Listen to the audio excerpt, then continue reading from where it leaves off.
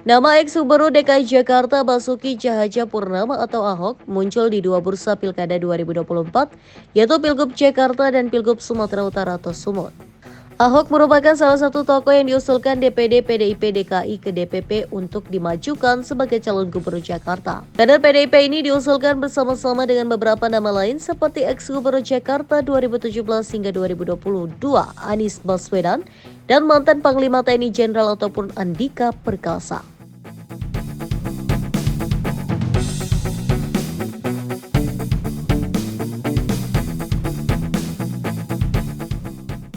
Selain itu, Ahok juga disebut setiap maju di Pilgub Sumut 2024. Pernyataan mengenai kesiapan Ahok ini disampaikan oleh Ketua DPD PDIP Sumut Rapidin Simbolan. Ahok saya udah 2 kali berkomunikasi kemarin. Pak, kalau Anda diterjunkan ke Sumatera Utara, siap nggak Bang? Siap nggak Pak?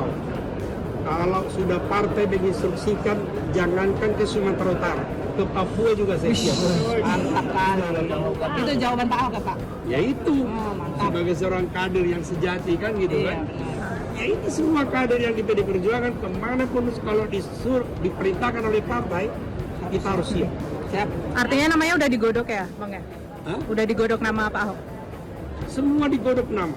Ya, emang Ahok diterima di Sumut. Nah itu kan tanya aja orang Sumut. Lalu, apakah Ahok sudah mempunyai keputusan bulat mengenai Pilkada 2024?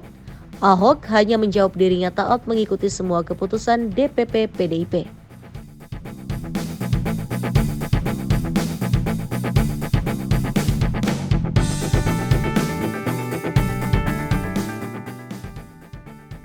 Perbandingan nyata hasil kepemimpinan Anies Baswedan dengan Basuki Cahayapurnama atau Ahok. Hasil kepemimpinan kedua mantan gubernur DKI Jakarta ini sangat berbanding terbalik. Ahok dinilai sebagai gubernur yang berhasil memimpin Jakarta, sementara Anies adalah gubernur gagal yang hanya membawa Jakarta terpuruk. Terbukti selama 5 tahun terakhir, rekam jejak kepemimpinan Anies Baswedan memperlihatkan begitu banyak kekacauan. Hal ini berbanding terbalik pada masa kepemimpinan Ahok, ditambah lagi jika dibandingkan dalam penyelesaian masalah-masalah yang ada di Jakarta. Kegagalan Anies Baswedan sangat terlihat jika dibandingkan dengan kinerja Ahok.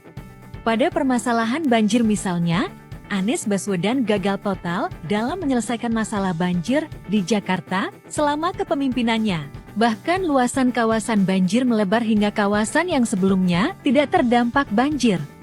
Sedangkan pada masa kepemimpinan Ahok, kawasan banjir di Jakarta mulai mengecil, bahkan daerah yang terdampak banjir pun bisa diatasi dengan cepat.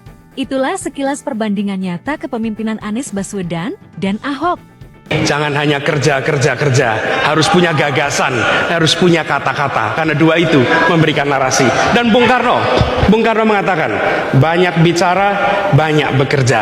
Bukan hanya banyak bekerja tanpa bicara. Tugas pemimpin mengirimkan pesan, dan itu menggunakan kata-kata. Kalau Anda meremehkan kata-kata, maka Anda akan memecah belah warga Jakarta. Hormati kata-kata.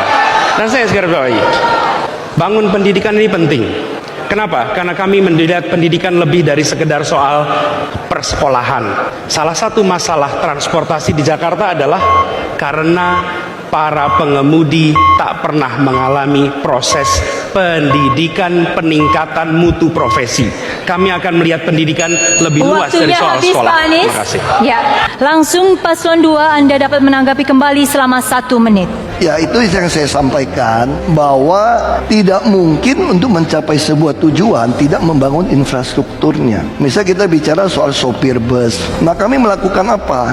Transjakarta mengambil alih semua, tetapi sopir yang kerja di bawah Transjakarta walaupun tetap milik swasta, kami bayar rupiah per kilometer dapat 2 kali UMP. Karena kami sadar perusahaan yang lama itu tidak mampu menggaji 2 kali UMP. Dan apalagi yang kami katakan, visi kami terukur dengan angka. Apa angka itu? Itulah indeks pembangunan manusia. Makanya jangan heran Jakarta nomor 1. Malahan kita terima 4 piagam dari Bappenas. Belum pernah di Republik ini sebuah provinsi mendapatkan 4 piagam sekaligus dalam hal pembangunan manusia.